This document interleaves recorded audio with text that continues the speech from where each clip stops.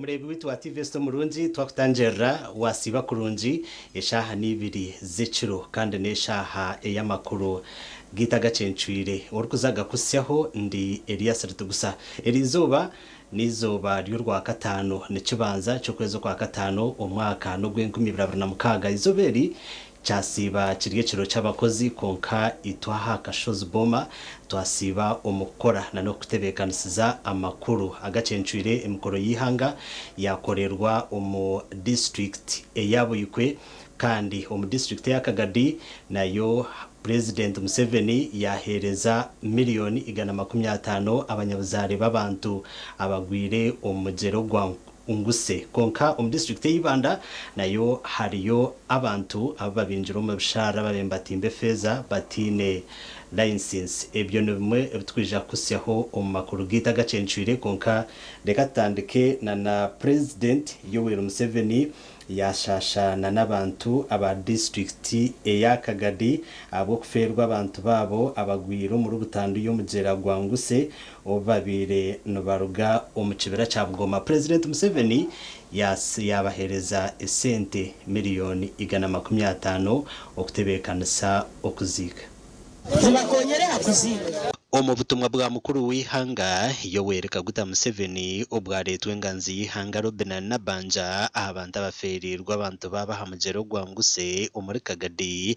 President Yoweri Museveni yasasira abantu ba district ya Kagadi abo kuferwa abantu babo muri butandu ya hamugera gwanguse na miliyoni 150 okwero kuzika bagenza ba goza kubagambira otinisa President Yoweri Kaguta Museveni abaramukize akuganya nayinywe abaganyire muno abukferwa w'abantu banyu nabwesonge yabo kuganya buli afereirwe buli maka ampaire miliyoni 5 abantu 30 nizo miliyoni 15 nyina zana enganzi y'ihanga Nabanja omukwayo butumwa obo yaragira abantu bona okuraga omukibera cya Bugoma ati nkubaza ka Prime Minister wa Uganda kurugana kyo kino atagaruka gene muto bikibiro kurugana rwarero era nyecha amahagari ndebi biragaje kubaga maze kutsibaho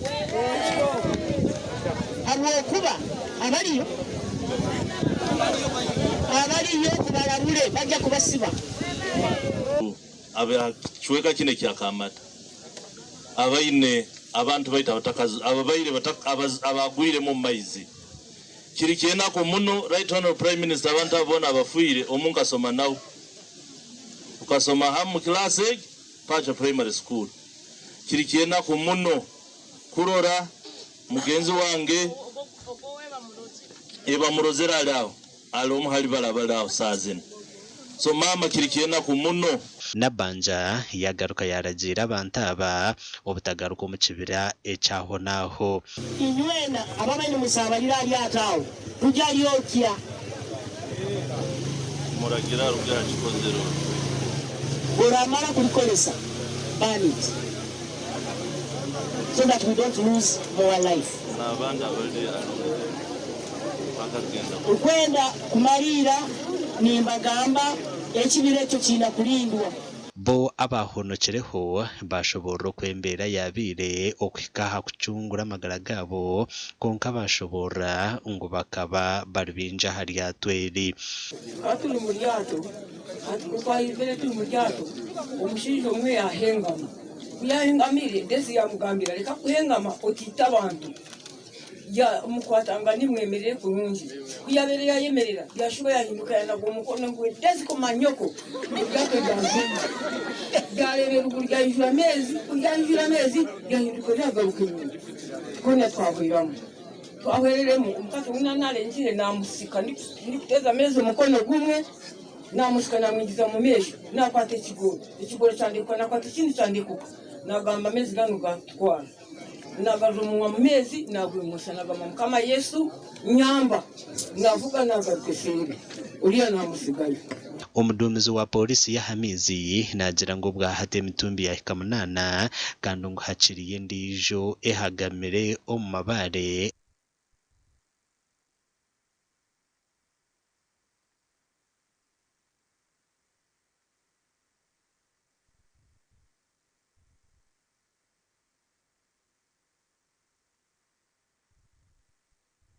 kare emboze ejo ntwija okongera okujikuhereza aho misho reka tugumizemu na namakuru.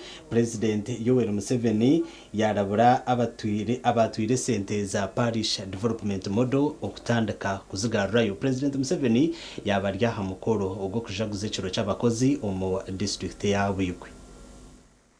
Enkuyanja y'abanya-Uganda erizoba bayeshka kishaye Kyankoyoyo boarding primary school mu district ya Bwigwe okujaguza ekiro cy'abakozi.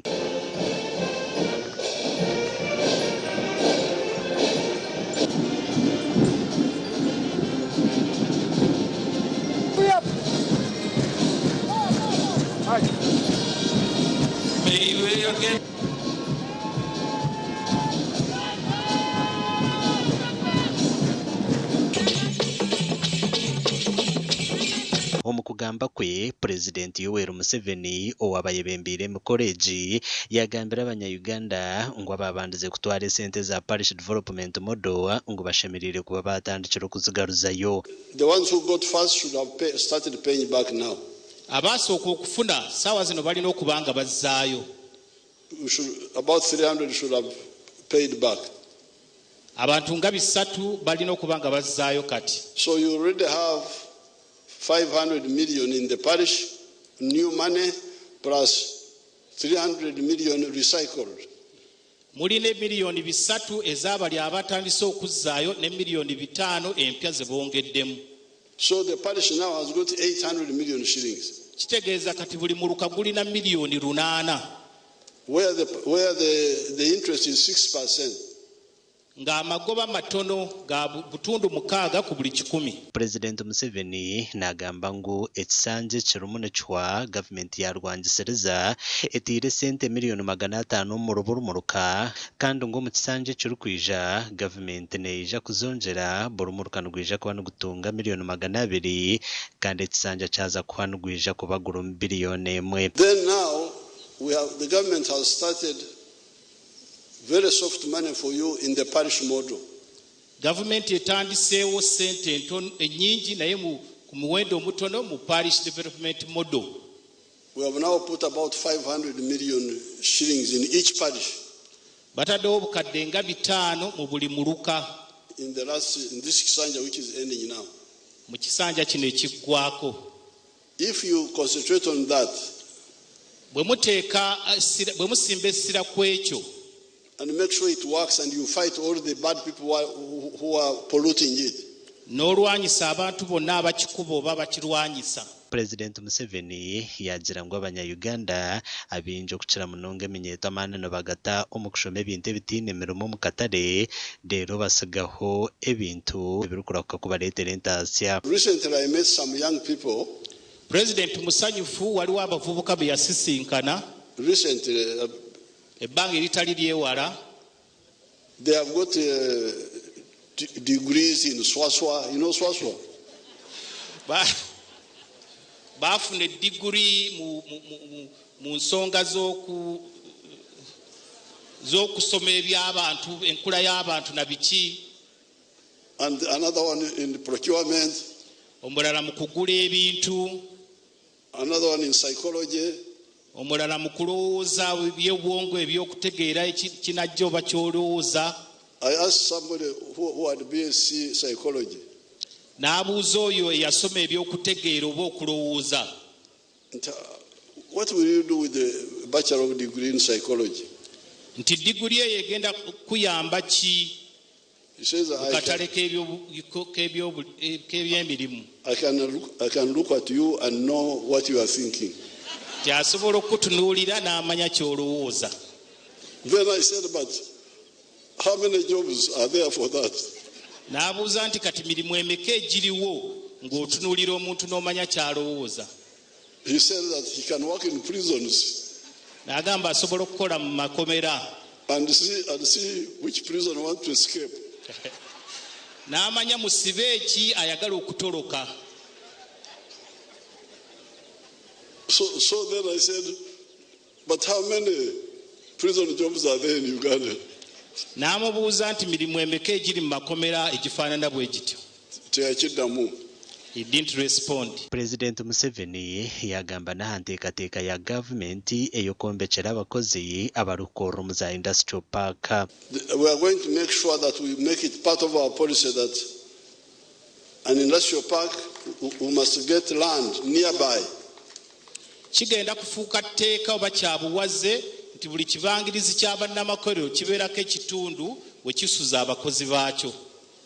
Maybe not the investor himself, we can get other people to invest in that land provided by the government. Kiyinza okuba nga bannamakolero si be bataddewo ebisulo naye bajja kufuna abantu abalala bazimbe ebisulo ebyo bikozesebwa abakozi abakola mu bibangirizi ebyo eby'abannamakolero. We shall get investors to build low-cost houses. Bagenda kufuna ba musigansimbi bazimbe ennyumba ku sente ntonotono.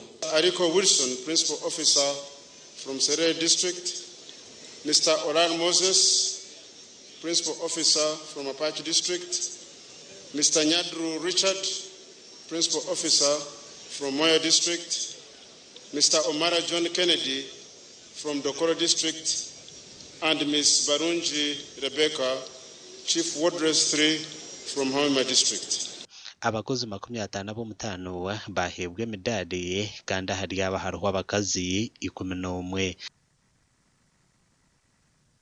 Kare ejo ne mukoro eyokujaguza ekiro cy'abakozi okuyagenda omu district eyabo yikwe government kurabiro ministry y'enshonga zo munda negumizamo na nehuru eyokugaruza y'abantu igana nkaga na mwenda abatahiro mu ihanga omu buhenda biragiro. Omuhwezo wa commissioner wa ministry y'enshonga zo munda nuwe yakora umurumo ogwo kugaruza y'abantu abirizo. Abantu ba government yariyo negaruzayo bashangirwe berundaniro mu kizu kimwe kubagire kubacondoza bashanga batahiro mu ihanga omuringo gutashyikire. Aba baba barimo bashija barukwika iganana n'omwe n'abakazi 28 kandi babirene bargo mu mahanga nka Pakistani, Bangladesh, Malaysia, Sri Lanka, India hamwe na Miami. Nikigamba ngo bamwe babire bine za visa zo kutayaya konka bashangirwe barukore emirimo mu ihanga ekirukwenda amateka ga Uganda. Removal of the second batch of illegal immigrants who have been apprehended in Bukoto under intelligence-led inspection. We were able to apprehend 169 illegal immigrants. These have been processed, they have been investigated, and have been found to have breached the immigration laws of Uganda. So as a result, we have taken them through the due process and we are having them removed from the country. Omuhezi wa commissioner wa ministry nagerangu nikiteganise byentasi byanga ahubwo kuba abantu aba bakubire nibashashure emishoro. But if you're working, then you are also going to evade taxes because you're supposed to pay taxes if you're working. Then you're also supposed to pay for the permit. That permit is supposed to contribute to the non-tax revenue of Uganda. So if you work without a work permit, then you are also evading the payment of money to the government of Uganda. That is a major problem we have because you are working but Uganda is earning nothing. Abantu bazagarizwayo ombechweka abo kubenyonyi enyingi zibire zijwire kandi izo baryanyu mwazi yo bagarize y'abantu barukwikabira na bashatu eriza abantu ari 18 nibija gukora sawa 40 okwata abantu aba kirigirira har bagenzi babo abashangire barukugezaho kuyambwa kwijuza empapara. The problem there is that what are you using the visitors visa for? If we find you in a work environment, if we find you working, then you are misusing that visitors visa. A visitors visa allows you to come and visit, to tour the country, but not engage in work. If you are to engage in work, then you have to get the relevant facility, which is called a work permit. So once we find you working without a work permit, then you have already breached the immigration laws of Uganda. Katoya shabanya Uganda bona okwiberaho abo bushoborozi bareba omuntu wena obatarukucenga. I would like to pass on to Ugandans is that please, if in your communities you have immigrants who you are not certain of, please report to the Department of Immigration, to the Directorate of Immigration, and we shall take the necessary action.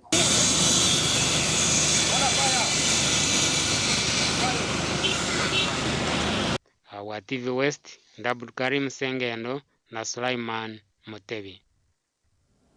Mwebare abanyamakuru bitu babaturo muri Mbarara City House no batachira government okubaha emikono aha rutindo orwa Kanyaite orucumbagiza obuhereza abatura aba bagizireho ehururu aha rubaju rw'orutindo oru okureba uko bakwasa kurukora.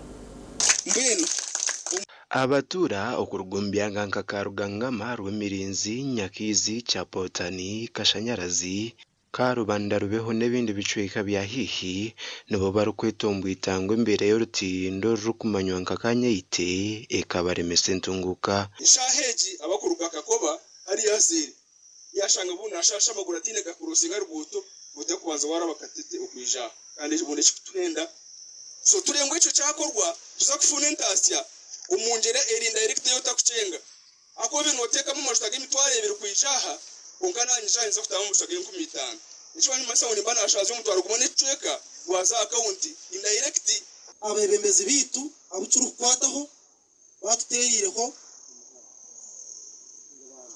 orubande bakutwereka iturukutora karugangama akagura mwita ko mwakagura 2013 bande saha akatindo kacuruho kine nebyoma baboroka banteratera ngahato noreba haruhoru government yaza kombe kortindo 2013 hata ne 2022 na mukaga ejo nimyakenga ecuru kumanyisangu ebyakawanga ebyo kutera nebisuba ebya government ebimurikite bitaharubasho omu harimo abashubuzi abahingi n'abakozi b'endije mirimo ya burijo abarukwetombuitangwa hamugeraha hijwira abashuma n'abinazi ahabwa ingendambi itwe nk'abataka bakarugangama tushaziremo nituza kukurakura nsumwanya gwita konga ntwenda twatagenda government kandi batakarana tukore nkurakuranirho bakatandika kutera ebyinje nyuma nkito tuzire kwa patrols na polisi umu yabakwakira abantu 20 people yekiseri yoni yakarugangama manyo noreba okuyono twara kimo kutakatete ireyoka over 300 katete yona abebembezi twagambaho n'abanshongeji umurimo gwanje yoniza gukora kugushimirwa ni gukora kandi yoniza kutambura nimwe kandi mutakiye abatura abangu n'amashanyarazi nibagenda ekibashabirwa kugira enkwatano somu kushonda sente bakakora icyo barukubasa rero government ikabashangisiriza omugandi abakozi ba government ahubwo abashanyisha ka municipality bakozera kesharingo ko businje ahubwo mu ba kansara ba municipality ryo kutumira abagenzi babo ababiri no batuma nkurikira gire kitirwa government aha kuboneza ndembo kandi okwetombuita kwabo bakutiro wa RDC twinkabakozi ntegatika kwasase bikozese byitu okureba ngo abakuru bagira kibagamba bajumirira ikibiro cyo kwenda kutirira abantu mfurdi barya murimo online ubwite rero abakuru bakabura kugira kibashobora cyatuma aba staff bagera kwesharingo no kugira ngo kubabere bari yabo barekani yiza office are free kandi bakuteka tekari nyuma y'imite ashobari nyuma y'imite abo kuba agize bamire police bone kandi bakuteka teka ngo umushango we yakozire n'umushango muhango ukutashimwe kuba n'uguhebo police bone so cyatuma bayesharinga wanyuma ya RDC okutunga kwetombuita kwabo agizireho urukiko nabo. Can't you get that suspect mukamutobunda mukamukoma?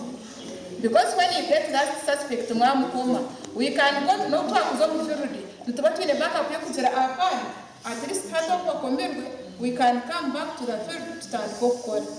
If it is not that, you provide us with security, your police officers. I have presented this to security committee. I have shared. I don't want to preempt the investigation that is going on. I have shared with the concerned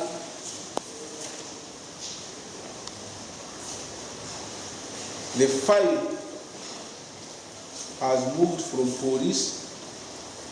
Don't ask me why it has been stuck there. I'm not an investigating officer. Right now in way to state attorney.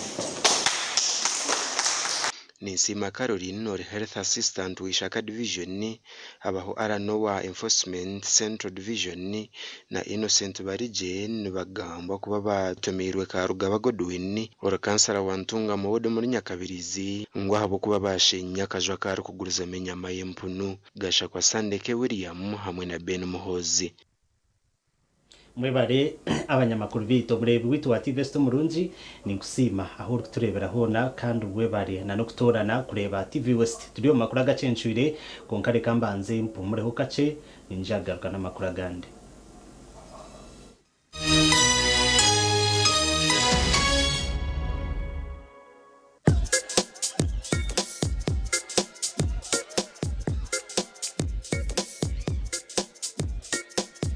Are you in panic? Or you're afraid to make a move?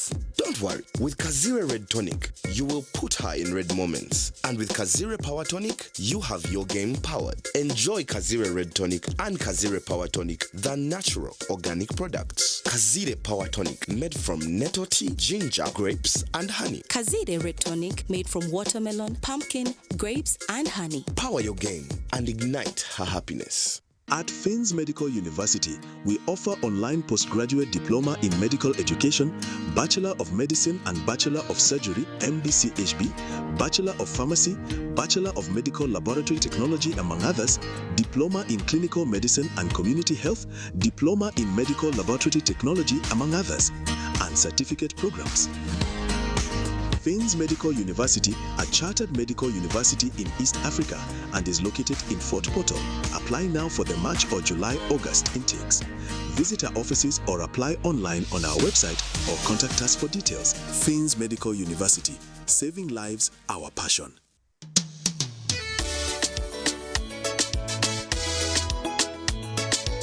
Manager, Ogito Wagito, Kokamato Chidara, Kabataka Jiremu, MC Takiziri.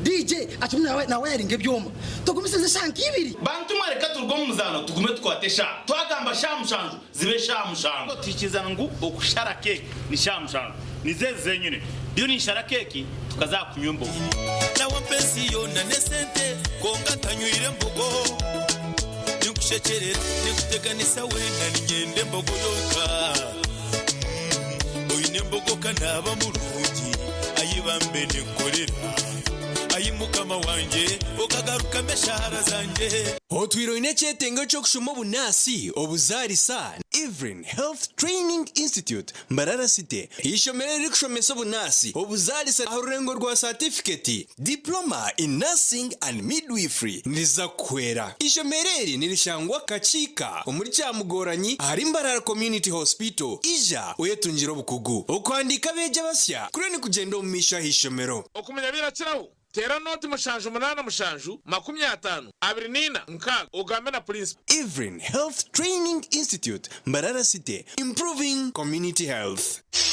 Ebyo kwemeka byonjera koroba kankwanjulire ankole Crazy Limited abara kubumbira byo kombekesa nkamategura amatafari n'ebindi bingi kandi ryo mutindo gwahigu nkamangalore tiles, Portuguese tiles na flat top agemigongo lero bakwinira amatafari ga buli mulingo nka fire bricks, max pans, interlocking bricks, otebwe partitioning blocks obumoli buro bwabuzire bwena babwine nka Z-Vent, Torino, Venezia na Sisa bakwinira na Pompeii, Malta, Double Pompeii mwena bombeche na ba engineers na contractors mwena ankole Crazy baborobezaho byona barabibumbira muri Mbarara omwibumbe rishugeine barakwesa technology rispiria eco nabyombecyese cyangane nka bendera ya Uganda bashangari mayiro 8 Mbarara Kabale road esimu noti mushanje 2 ananina 15 cyenda na mukaga ankole Crazy Limited tugende twombeke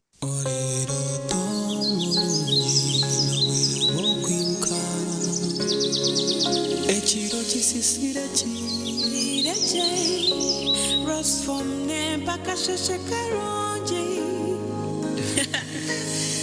Para see a rose spring na rose farm Ejini biti Dokuro bisas mukashesh Nikukuma sajingo muchirochuna Werare nko mwerere n'umfaratsi gw'omutendo kandi nuguhanga omugongo ombero gurukushasha okubiyamaje kigambe bakwecho rukwenda Resform ensiye biroto birungi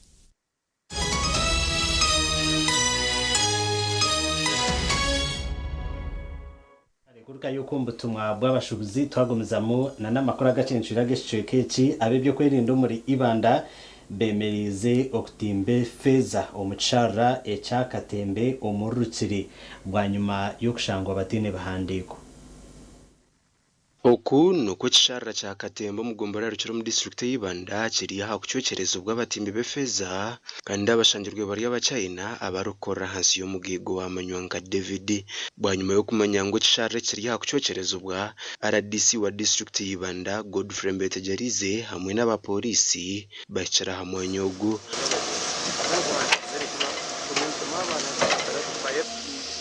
handiko bya byine akai hile kifo kuno bwa bimbuza ona chama sisi kugira ngo nabyore kabanema ninga baru kubishitongore cha minlo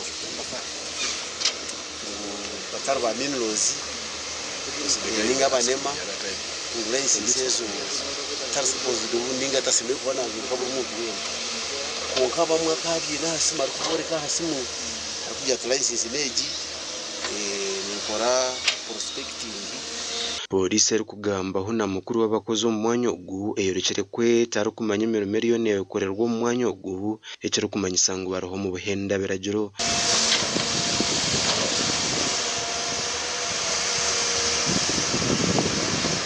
there is no way they can operate without the permission of DSC. It is an illegality. It is completely an illegality. Whether they are cleared or not, it is an illegality already. You cannot start without the knowledge of the head of the district. bwanyuma yo kubuza ubw'ibahandi ko bikabura RDC nuko kuca mu kwemereza imirimo yabo abo kuba Yesu n'abakabine pamiti n'abakabine no kugukonka tubantu ndetse barakore bacikwa mu mateka ataka twara kandi ibitimbwa kandi bakasiga bashisha uhangwa akwana ure no rufunzo twetenga kureba ngo barakore betwatanise n'abakafuru ababishomere kurenga bakora ko baraheze kuri mu rwabo abasekterezwa kandi atakabaza kurete bizuba umukwemerezo kutimbe fezo kuti no by'ubuhangwa we no kireho kandi tugerezo no kubaronda babura no kugamba hanshongeji icyeco cyo kwitizwa kutimba umwanya nkogo cyo kwendera ababishomere aba environment natural resources officer kano batabura twari cyo gukora kwati kwenda kandi mbere RDC kandi mbere na cyemarra abatimbe befeza bakizire kore imirimo yabo bakasibe biduba byashami ebirukwiza bakaza munenyamishwa dera batura barihi bakatandika kuboroga gesha kwa Timothy Mushabe webare Timothy Mushabe babarisa umucanga ecabucizi bwa burengerwa izuba bashabirwa gukoresa amashanyarazi gizuba ngo cyo bahwere okucendeza amategabo agarukufa ahabwo kugabika kubi okushabuku kwirweyo aba Uganda Development Bank ababire no bavuganaho abebembezi ba cooperative zima 51 ezabarisa bente zamate ahari Lakeview Hotel aho mu Rembo urwambara Enoch Nwabine umurisa w'ente z'amatekano chairman wa Bukanga Dairy Cooperative Society muri Bukanga Isingiro no muhabarisa nyamwinji bente z'amate abari kutegana subwekizo bucyamashanyarazi waza considering solar system ngabasa kuba ngakatinga ko sizo kwenda kuzana mu 40%. For instance nka cooperative yanjye umwaka ukwire naruburi izoba amashanyarazi ntukoresa umukwezi average ya miliyoni 2 kandi ko kuza ahaga generator kandi gukoresa munongo bwa hati universe akichozi tukoresa miliyoni 5 n'ikicweka cyamanyisa ngo uzgona hamuga gese tukoresa miliyoni mushanju in a month so watu wabazamu in a year nagira ngo abo kugira ngo amashanyarazi agayo EDCR nagakira kubarabara munonga kikagemesereza cooperative yabo kutandika gukoresa generator ubwiro bwinji kandi yatugambiriza bebirumu waba no yakira amashanyarazi ga generator icyo kubanza generator zo mukana zifa munonga kandi icya kabiri amashita fuel bitu gukoresa na munonga diesel prices ni hinduka munonga na hatu wari ubwa hati ziba affected globally kuko kureba prices increase ngira tanke impurga data ya mashita ya hikara kanana umutwaro program ya solar twire twaise ibintu bibiri tkozesa UEDCL ya national grid y'amashanyarazi kandi tkozesa na generator konka hari mu challenges nk'ibiri hari mu challenge ya y'amashanyarazi kubura especially mu phase ya babe umemenergamo ne phasing out no transiting ni nyirano bazomu mu UEDCL ne taking over amatega kafa munonga aho kuba amashanyarazi kandi gargaho munonga.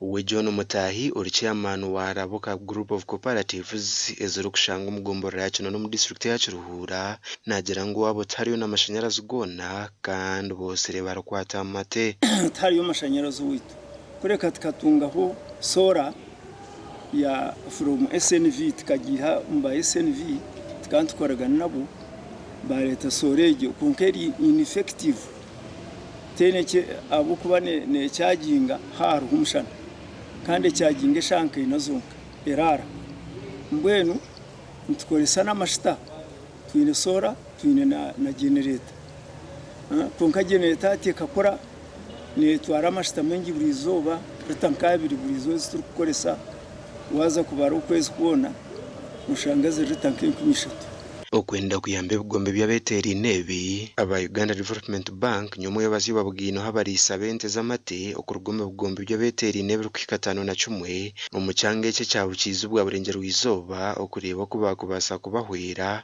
bakatunga amashanyarazi gizoba cyo bahwere kucendeza hanshoza no kuferwa amategabo neyo kureba ngo twa financing cooperative z'amate na ninga milk collection centers okutunga ekitukweta commercial and industrial solar ejo niyo solar eine battery etari yamaka ero kuja kusupportinga value addition ninga manufacturing kugira ngo milk collection center ero kutunga kwakira amate up to 5 y'amate buri zoba zigire solar systems na battery kugira ngo amatega base kuva mu fridge gagumemu gatafa okurugera hara ankunda bakakora kuchondoza bashanganguza dare zirukoresa generator kuba kubasa koresa za solar emihendo yenshoza hardizoro necendera no bucweka 95 harigana kandi tubarukufisa mununga mategabo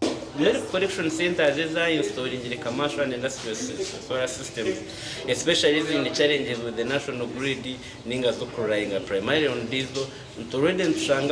They have already operational expenses zazo.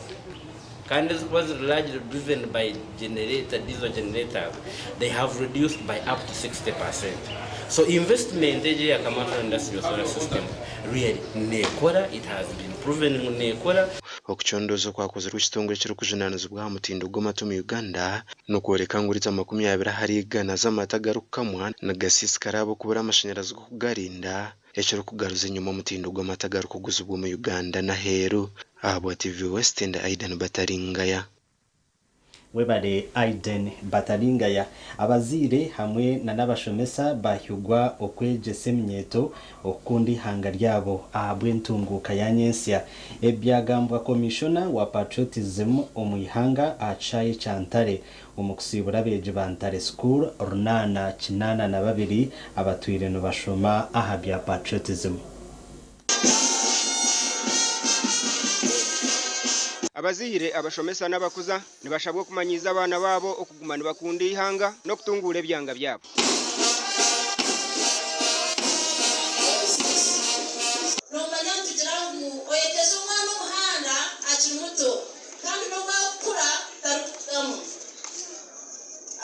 abanyadini bose bashitugambira teach the child the right way even when he grows he will never depart from it.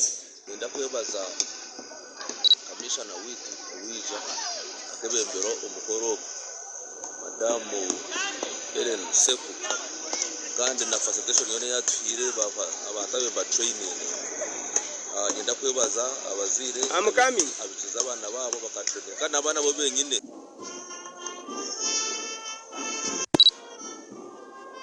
abeje runana kinana na babiri abishomero rya Ntare school omulimba rasite nibo betabiro mu kuhendera kwa patriotism okumazira sabiti yona kandi bamumbebembeze n'abashomesa nibagira ngo habireho impinduka nyinshi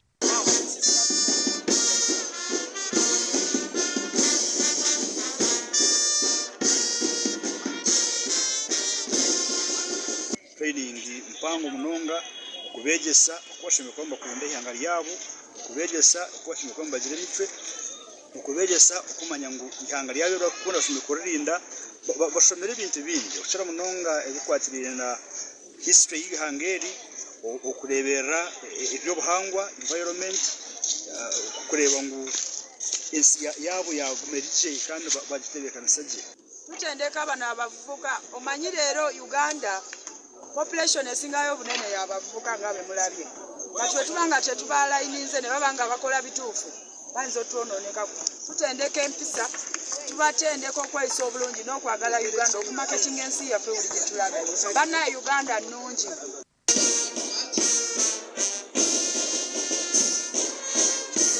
Kamishona nagaruka jirangwe hurureji neyo kweyongera mu ihanga ryona okugura beji ogisireho nemyoga yo mutano omulimu gwaffe omukulu President Museveni yatukwasa gwa kutendeka abana bano bemulabye nga bakola ne skills ez'ebitabo ne skills ez'ebikolwa ne physical exercise ngera mubalabye. Ndisande William ahabwa TV West.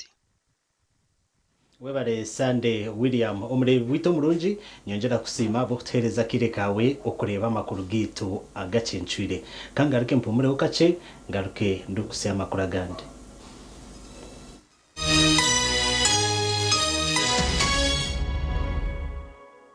Nitukwanjulira Mbarara Institute of Health Sciences and Management. Ishomero lyonka ericyasingireyo okugunjura abashaho hamwe n'abazarisa aharurengo urwa certificate na diploma diploma in medical laboratory technology, diploma in medical records and health informatics, diploma in pharmacy. Rero bagaruka bashomesa certificate na diploma in nursing and midwifery. Ishomereri erine medical laboratory erime byoma nibereba ko muntu eyomurembe computer z'ekikaca higuru kandi byemizano bakabiteka mamanika kandi shomereri rahamibwe ministry eyobwegesiye na ministry of health kandi bine bus rugogoma eyokutambuza abeji ebyombeko ebyomurembe hamwe no mwanya rugogoma go kushomera mu ebitabo ogurukorebeka kurungi nirishangwa hangudo nyegendwa eyambarara isingiro otakaciro mutahuni ya kaberebere okumanye birukukiraho note mushanju ibiri kaga na mushanju ashatu nibiri ukaganemu. Mbarara Institute of Health Sciences and Management. We strive for quality health. Waba tukurise momo no hemuru w'abahinguzi. Gwevayo jayo buguru. Ye harebe jumo kozesa momo app ningashinyiga *165*3# kushashura nabwanyima oshemerera kushashurira busha aha bishare bya hansi yashirinje nko 5 agone komanyiga momo.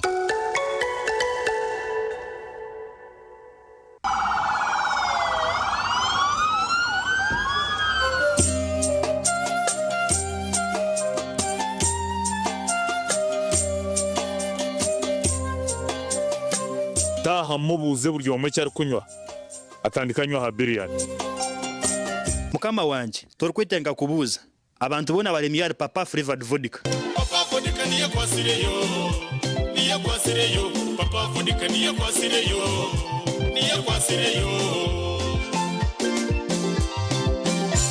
iwe gendo girondero zaho hurire tori kuza kunywa kindi muntu we owagikoziro mugusha gurimo benuzirete ine munahango batekuteza muto takusinza papa flavored vodka simple sweet.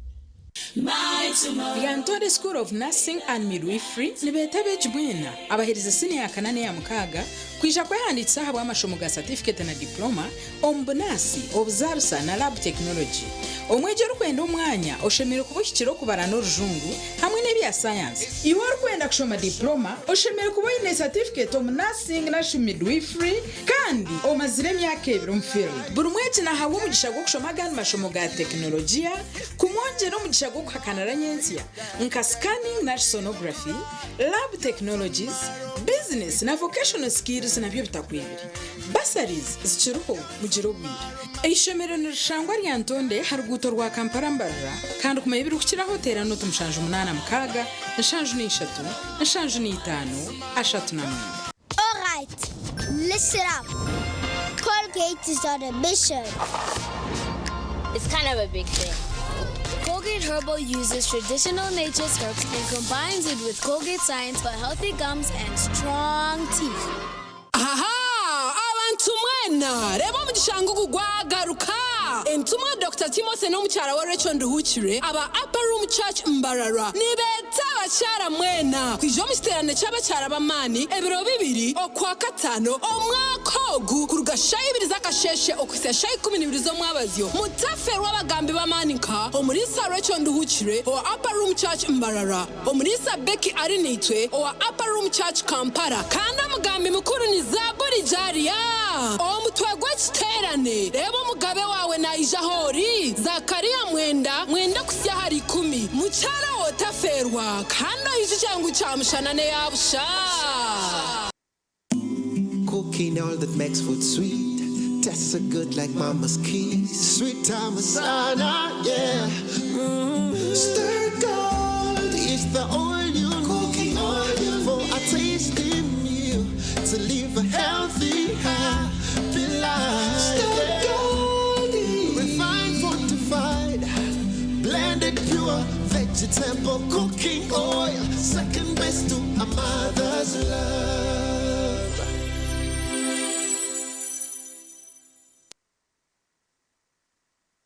waba tukuzise momo noteganisi bizuba ryona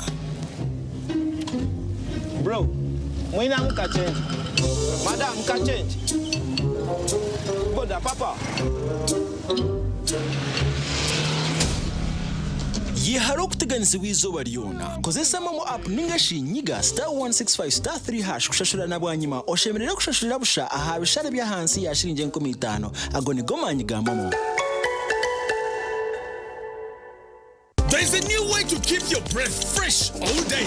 Introducing Movit All Day Toothpaste, meant to give you powerful night gum defense and teeth whitening. The charcoal flavor gives you deep cleansing and power stain removal. And the herbal delivers natural strength for healthy, confident smiles. Choose Movit All Day Toothpaste and enjoy freshness all day.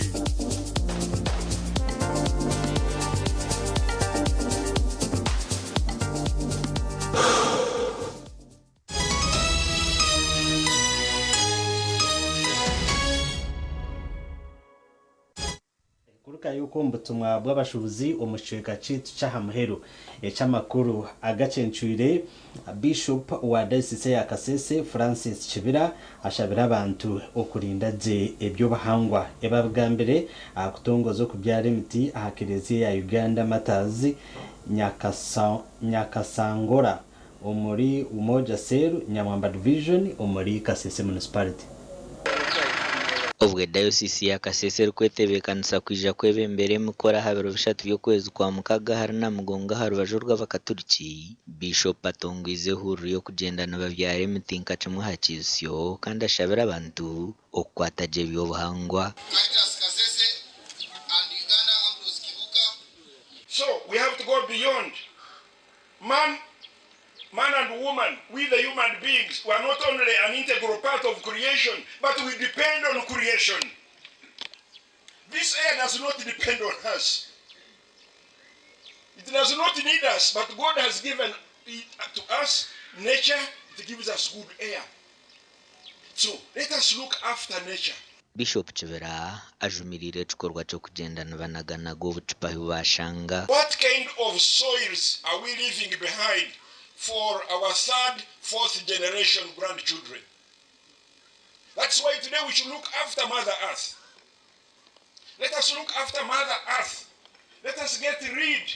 Let us put together all the plastics and let us have plans to recycle this plastic into something else. Well, I'm trying our best to plant all church land. But now we say when we come to baptizing those and confirming those that have not planted, that have no land at church, you plant it at your home or a neighbor's home. Grandfather John Baptist Kurori chairman wokutebekanisa omukoro gwa Namugongo nagira ngo abaramandikurwa mu ihanga rya Kongo nabone bija kubana babegitaho. We have a number of pilgrims who are coming from so many countries. I can talk especially about the team that is coming from Congo. We have about 1,965 who have shown interest that they are joining us for this celebration. of the Uganda matters at Namugongo. Obureberezo nubugira ngo abaramajini bija kubyara mutabaheza kwikomu diocese ya Fort Portal hamwe n'eya Mityana. Omugani makuru polisi omu district ya Shemete ndekirwe kumaraho mwijorrano gw'emishango n'emboho mu bihome hamwe n'oburyano mu bantu okutendeka okukozerwa aba Foundation of Human Rights Initiative abamazire ebiro mu Rishema. Emisomo gino gye tutandise naddala nga tutandika ne polisi mu kitundu kino kigendererwa kyagyo kwe kulaba nti tukwatagana ng'ebitongole bikwatagana mu nkola ebisobozesa okubeera nti bikendeeza ku mujjuzo bikendeeza ku misango. Under rigidity, still sensitization came out as a solution. There's need for sensitization. Perhaps after sensitizing the community and the parties and court users maybe, they can be able to appreciate the beauty of diversion in petty cases. Ekintu kijaho bwa nyuma y'emishango mu kooti kuba myingi kandi obw'enyingi erikubaasa kuhwera aha byaro. I want to request that the knowledge you have acquired, go and translate it in our daily routine work. And let's sensitize the people so that by the time these diversions are made, then they are enlightened. Kurubano abavunaanyizibwa kunoonyereza emisango, kuwaaba emisango n'okulaba nti abantu babonerezebwa basobola okusunsula emisango gino tusobole okukendeeza ku buzzi bw'emisango nga bakozesa obuyinza obubaweebwa. Obuyinza obumu kwe kulaba nti emisango egimu balaba nti gisobola okugonjoolwa awatali kgenda mu kkooti. Abantu benda ngu habeho n'enkwatanisa nungi n'abakuru b'ebyaro okwenda ngu enshonga ezimwe zigume zikorwa omu byaro zitakahikira ha polisi. Amakuru aga gashakwa Gilbert Mhanguzi na Sheikh Abdulatif. Mwebare abanyamakuru bitu ombwire obwo bw'omurembe abazire baguhindwira omuze okuhereza amasomo amwe na za kompyuta abana babo okwenda ngo bakagira ebintu bimutari bimwe na bimwe ebibashomeraho nangwa na nokuzaniraho emizano etari emwe n'emwe konka nobwo biri kugenda omu misho hariho obuzibu nyamwingi eby'abaana bakubasa okuvugana obwe bari kukozesa amasomo kandi otireho na za kompyuta. Reka tubirebe. Omumbozi y'erizoba twakuretere ebi by'omuzira ine kumanya yaba nahereza omwana nawe kompyuta ningasha esimu omukiira aka aku tekinologi erimu netungukira ha speed y'amaani abaziro bwa hato kuhereza abaana babo amasomo kyeyongiire.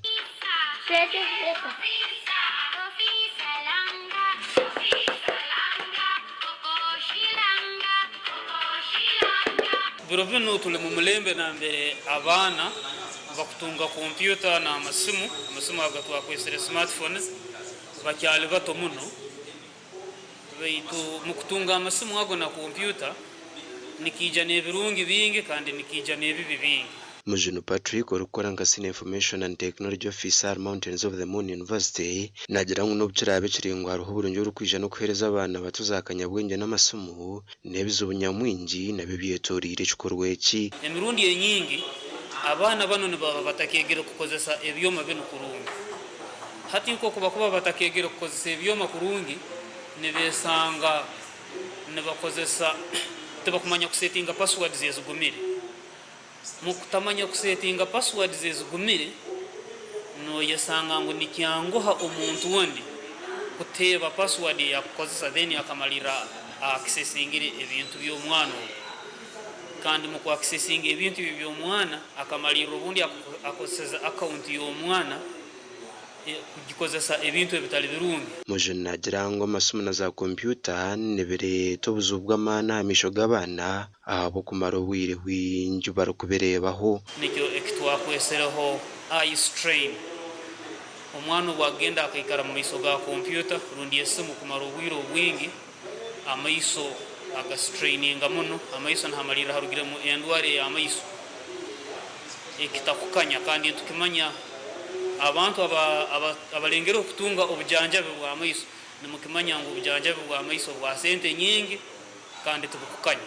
Ogu nagumiza amashobora ngo abantu kwetegereza bonka ebibasa kubihwaho abo kugira ngo buri kimwe cyo nekiri kumubuzubwa nayirukangira kukironda ha computer. Ikintu ekitukweta AI, artificial intelligence, abana abamu kutekereza balikiye kimu nobu kikaguze kitaito kiti yakubira nakozesa obwongo bwo kutekereza nacuwamu nakozesa esimu nagenda AI hakaija chat GPT ni abantu bakyakizira kumanya hali ni ikintu ekitaito nagenda kaguza chat GPT sono yesanga ngo umwana esimu yegetaro kurundo computer yetaro kitaito mune kyasobora kuyakora. Abakugunu bongera bagira ngo abana babasa kuhendera bagwira mu mikono y'enkozi zebi ezero kubana zukorese mukora ya internet kubakera ekero kubasa kubaretera kabi inko kubabuzaho okubaguza hamwe nebindi okweharekizo beki mujuna nagira ngo masumu narishiza computer bine kutebwaho za software ezine kutanga abana aba okubikoresa kumara bwire bwinji hati ngo kutwesangire ngo omulembe guno gwizire kandi obundi nikiguma kwetantara abana kubaha computer zino rundi smartphones ikyo kubanze kyakozerwe esimu zino rundi computer zikakorwa na software ezosobora kutekamo korora ngo umwana nija kumusiba iwo so kusetinga munyo mwana wange ni nyanda esimu yenu agikozesege kiro kiona agikozesa kumaresa hemu kakubesa hemu igihe hika ne mara ne yaloking ogu mulingo gwo kubanza mulingo gwa kabiri arona software still wezindi ezosobora kusetinga korora ngo umwana bwaragenda kugenda nka ha websites rundi emikutu eyeroho ebintu ebitasemerire emyaka y'omwana wawe korora ngo software yegine blocking omwana ogutasobora kubirora. Report ya polisi y'omwaka guhwire nerekanga emishango binashanju nena ekabe inakakwate no kurisa kubiza akanyabwenge kandi report nerekanga binja bari mu mishango egi bakaba bari abana bato gasha kwa Jonan Tsingwire. Webare Jonan Tsingwire katumure ukace tugaruka n'amakuru ag'ibyemuzano.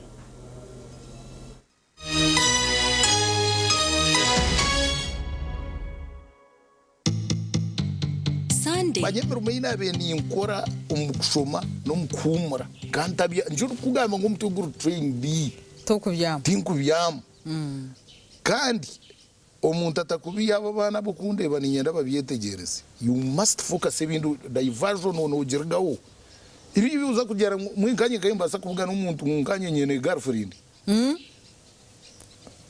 omubunyeto bwe tarho bwatunjire girlfriend nubona nyendo wencha atejembera haruna bembuza bishikindu kushoma nabo yoko nenyene munyanya zirukundo na gurese bari yono babona nabasiya bahingene bateko bubanda nyana abacona guza bakante sente rinzwi tora ngobo n'ubusuru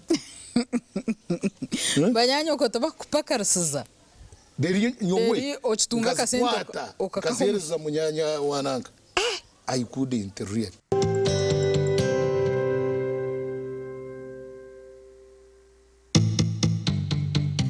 Sunday.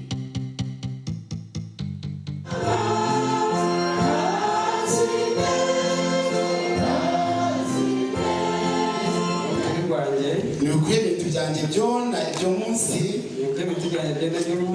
omwizina rya tatikwe n'iryo mwana n'iryo mwoyo uri kwera amina.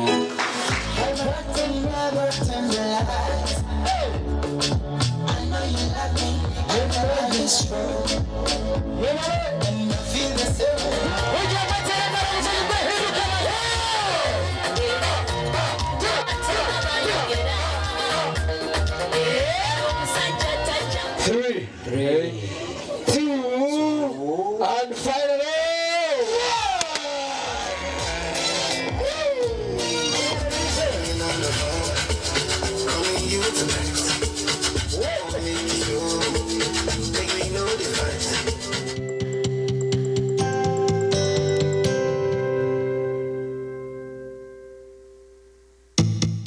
Orwa mkaga waba ine chota kamanyira hitekere ryo kombeka rebeka ngweji program orwa mkaga tiya kufera ntuza kuba tushine engineer Jonana Muchunguzi ari kutushoborera aha bintu ebiri kukwata hiteka nkaba engineers wabo or engineer wagenzura kashomo kombeka konkotine bihandiko itekere nibija kukwata rata yo engineer weno lyokwe uri plan yone yo kuza kutanza omukoro muri mugoni plan yo irakoreho kushinzwe ya approved icya kabiri verified land title ite kana hango mununga nabonyanga abantu bakashoborekije mununga yes nani aho urukumbeka la ine kwane ma drawing location yero kugambaho eshekwa nejangu this is a proof of ownership itake yo kumbe ko daradaniri yo gomuntu mwene rebeji program orebe kwa kwasa kubyetantara letaka kwasere ruga mukagoro shahemwe somwebaza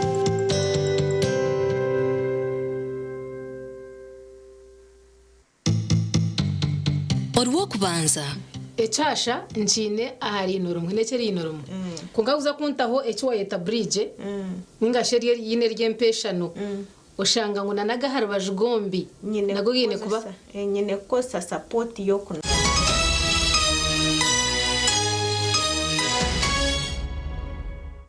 kuruka yuko mukahumuro tutakajiro makoraga iby'imizano reka mbanze nakoreke mbozi ya okweyongera kw'abana abarukwatwa urwiro bwe kokoro na n'ubuceki 15 harigana buri mwaka buri mwaka Uganda nitunga abana barwire indwara y'ikokora barukike 13 kandi bicuye 25 kuzahara 30 hari aba nabo barukwijo mu marwaro okutunga obuhereza omushaho mukugo mu ndwara z'ikokora mu bana Dr. Bana Basatwine najara ngo buri mwaka nabatunga abana barukuhingurigana 50 barukwija hirware rukure ryambara Regional Referral Hospital okutunga obuhereza turaguntu tugira abana buka 500 basya abokora gubwa abokukebera wakashanga bino uburiro bwa kansa kandi at any time buri kanya tubatuye n'abana bakakigana abokutunga umubazi wa kansa kansa mu bana egumize mune yongera bakande kino kugira ngo he n'abantu binji abokwiba uburiro bwa kansa batakumanya batakiza batakuchimanya uburiro bwa kansa cyose enshonga y'abana bokanya najira ngo neretwa baziro kucererwa kureta abana ba okutunga obuhereza birunde minji kansa y'abana nicira kansa y'abana tinka kansa y'abakuru kansa y'abana myinji yo kucira nicira ibirunde minji abana batakucira kansa no kugira ngo batunge bizimi bibiri cyo kubanza nibija bicerirwe baragurirwe ibintu binji munonga batakamanya kansa kandi cya kabiri umumati wakweze mbaza abana babatunjira obuhwezi bw'ebintu byokukozesa kurwo umwana muto w'emyaka 17 mowesha barunji bahinyoza orukuturo mu ihanga rya Amerika. I was sick, you looked for after me. I was in prison and you came to visit me. Echome cyo kushasha na cyo cyo omumutima okushasha ko mubiri mukija kundeba. I reached out to many businesses and non-profits, and one reached back to me, and they're called Cancer Kids First. They are the world's largest non-profit organization, and they surround and help cancer kids. Generwa chitu ninga eburujiro bw'ikintu ecyariyo nakora icyo kubasha byo nakora turi umwana Melissa bahinyoza bamwe n'umumanya kano mango akarwara aruhire ndwara nangwe ndwara etafucira konka kakana nubwo abekine myaka 2 nkanka kwa sechupa ngukaherezo riya nantecire so kakatanduko kureberera abana katakumanya necuro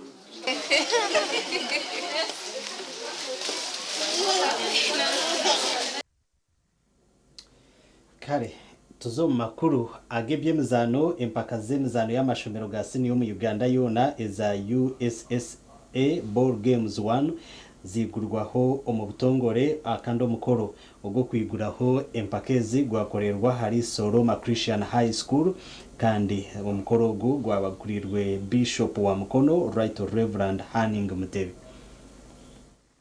Bishop Livingstone Mutebo wa Mukono nuwe yaje church bishop w'ekanisa ya Uganda Kazimba Mugaru okwigura hemezane G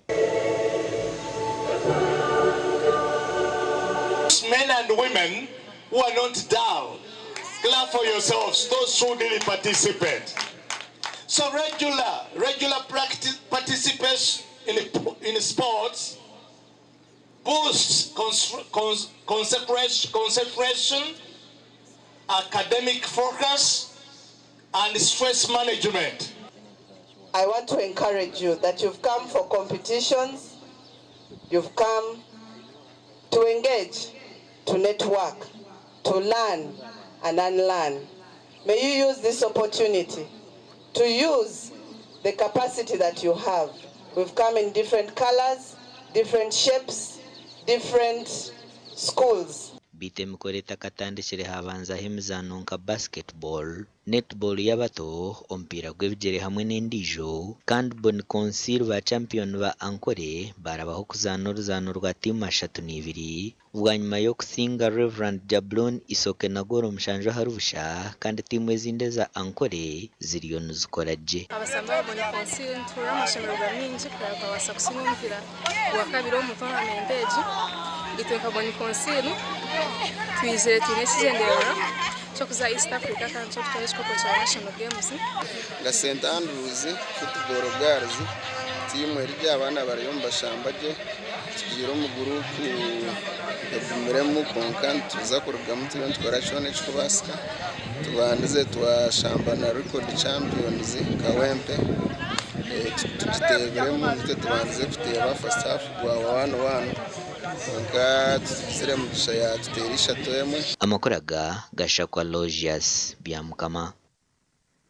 Kare mu makuru aganda g'ibyemizano timu y'abiru cy'abato ey'amashomero ga primary eraje Cheremba City umumpaka zihanga ryona nayo esimbwirwo kuzatororo kandi ahikwija kwetaba umumpaka ezo zihanga ryona.